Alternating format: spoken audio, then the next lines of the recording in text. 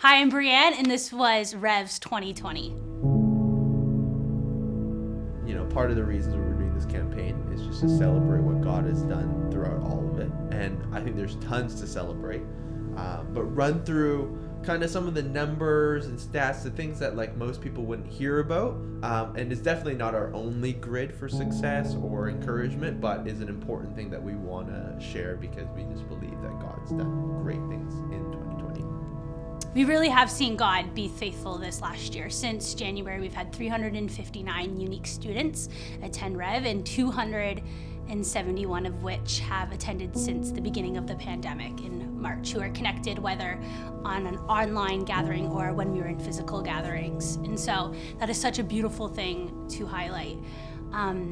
Another thing that happened before the pandemic started in February, we actually had a +1 night where 24 middle schoolers gave their life to Jesus and 7 high schoolers gave their life to Jesus right before we went into lockdown. And it's such a beautiful thing to know that in 2020, those students all came to know Jesus. But explain some of those events that we did in replacement of grad trips, Rev Camp, all those things that got taken away from us and the things that we did in lieu of. So right after all of this happened, we actually got to have a physical grad for some of our grads who didn't get one at their schools. And so our grads got to walk across the stage and be celebrated and honored for their involvement here at Rev and for being a part of the Rev family. And so that's one thing that happened. Another thing that we did in lieu of Rev Camp, one of our favorite things, is we had Not Camp. And at Not Camp, we had over 100 students registered over the 2 weeks, and 2 weeks of just services and fun and people gathering together and worshiping and getting to hear messages about Jesus all together, which was so awesome to be a part of. We've had to adjust to 50-person, in-person social distance gatherings, as well as Zoom online, and we adjusted to that in late spring. And none of that, whatever format we do, is ever possible without a special group of people. Talk to us about that group of people and why we're so excited to have those guys on board. Yeah, so throughout 2020, we've had an amazing team of 30 hub leaders commit to leading, discipling, and pastoring our students here at Rev. And this is our lowest turnaround rate of leaders. So many have decided to come back and join us, and we're just so thankful that they're decided to say yes to youth ministry in such a difficult and hard, challenging season to be a youth leader, where you can't physically be there on a Tuesday night, where you have to jump on a Zoom call. And so we're so thankful for all 30 of those leaders who've decided to say yes to youth ministry, yes to leading, yes to pastoring our students here at Rev. Every September, we start 2 programs specifically, Student Serve for high school students and Lead Young for middle school students. They're always important every year, but we just want to take a moment to celebrate the people that are part of that, the people that make it happen. But tell us a little bit about what Student Serve and Lead Young is and why it's so exciting for us.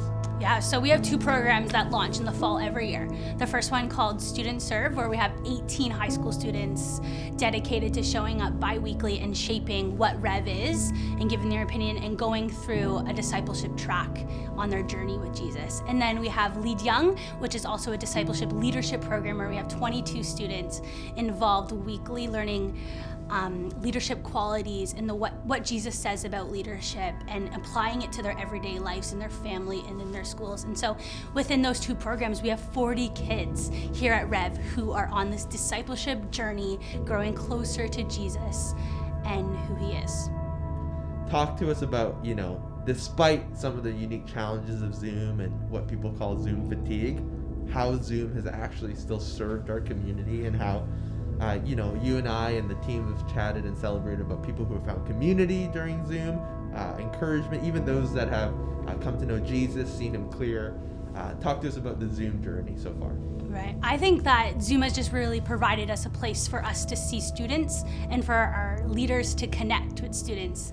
Maybe we can't be in person, but it's still a platform for us to hang out, talk, whether that be through a little service that we're having or in hubs or spending the whole night on a Netflix party or playing games in our hubs on Zoom. It's really served our community as a place where we can still be together.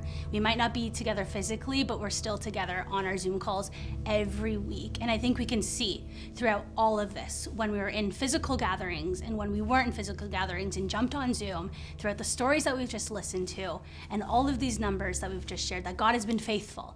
He's been faithful throughout all of it. And we've seen his work in such a hard and changing year. And so I'm excited looking at this year and reflecting on these stories and these numbers. I'm excited to go into 2021 with Rev to see God's faithfulness continue.